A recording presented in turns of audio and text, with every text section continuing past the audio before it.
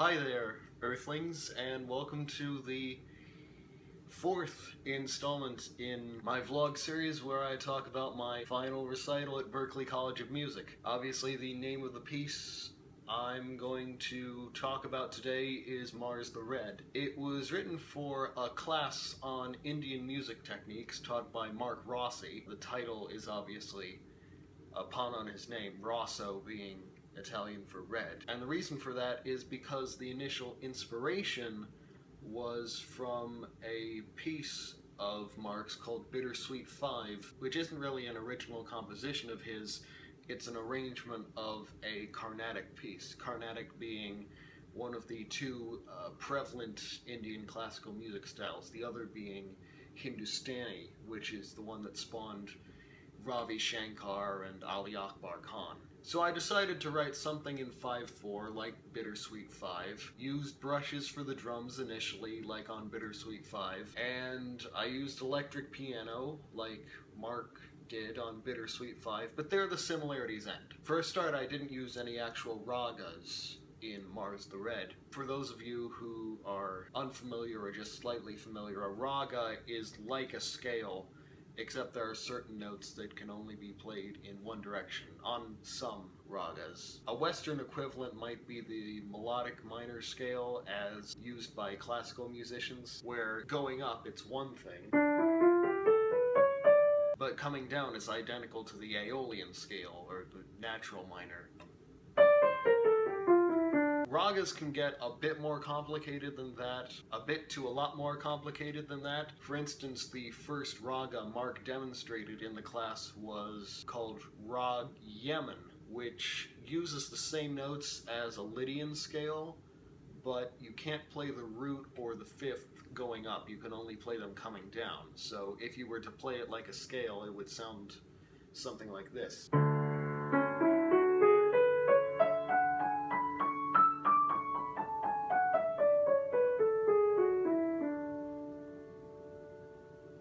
Another really well-known raga is Rag Jog.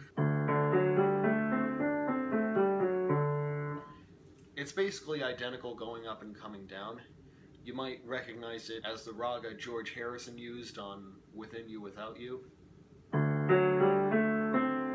But I didn't actually use any ragas on Mars the Red. It was just straight up F minor, a bit of F Phrygian in there, tiny bit of F major at the end, but I did use some other concepts of Indian music. For example, there's a thing in Hindustani music where there's a melody called a bandish, which regularly comes back at several points throughout the piece. And the concept is it alternates between the sitar or the sarod or the voice or whatever the melody instrument is improvising, and then the tabla player will just accompany them. But when the melody instrument plays the bandish, the melody or the head, the drummer improvises. So I use that concept of having the drum solos being accompanied by the guitar and the bass playing the melody. And the melody, while not based off a particular raga, did use the concept of a motive repeated many times throughout even one phrase, a regularly repeated motive.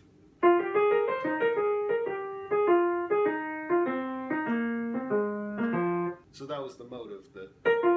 The piece actually started as a homework assignment to write a piece using polyrhythms, layered 3 or more layered polyrhythms. That is, multiple instruments playing in multiple meters. Having already decided to write in 5, I thought an easy thing to do would be to have the drums playing in 2 and then the bass playing in 5 on top of it. Then I had the piano play a subtle 3-note figure over this, and because it's an electric piano, which isn't as bright as an acoustic, to say nothing of holding the pedal down, it just becomes a wash of notes in the background.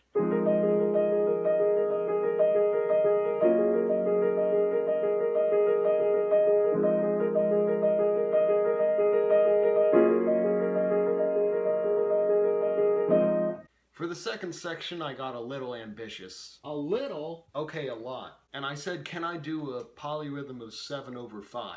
The answer is yes, anything is possible. But on my first draft, the 7 overpowered the 5, and since 5 was the meter, I want it to be the most easily palpable. So to dilute the 7, I changed the rhythm a little so that only one note every cycle of 7 beats would actually fall on a downbeat. 1, 2, 3, 4, 5, 6, 7, 1. And also, when I had done 4 bars of that, I changed the key from major to minor to reinforce the 4 bars of 5 rather than the 3 bars of 7 that almost lined up with that but not quite. So you had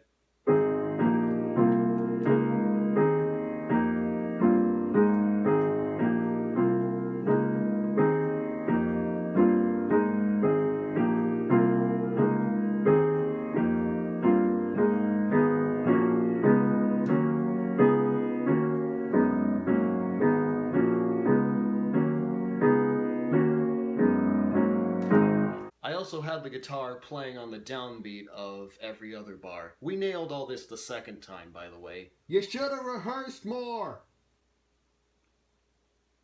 What he said. Also to reward the band, including me, for busting our asses navigating our way through all that odd meter polyrhythm stuff, I added a fast coda, known as a droot in 4/4, just to give us a chance to shake off all those polyrhythms and just headbang. I deliberately gave the piano part wrong sounding chords. If you slow it down, you'd hear it's...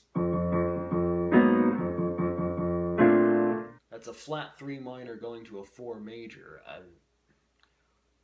Like if I was trying to be diatonic, you know, in key about it, I would have gone... Many of us were outside of our comfort zones.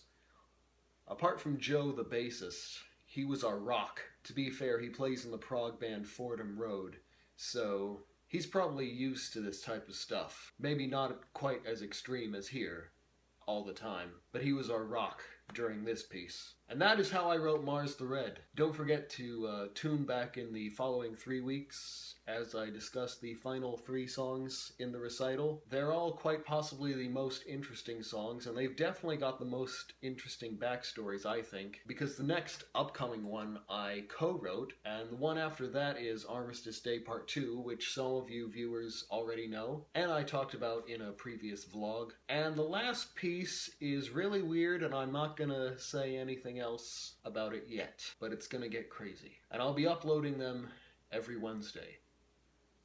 Gafaba.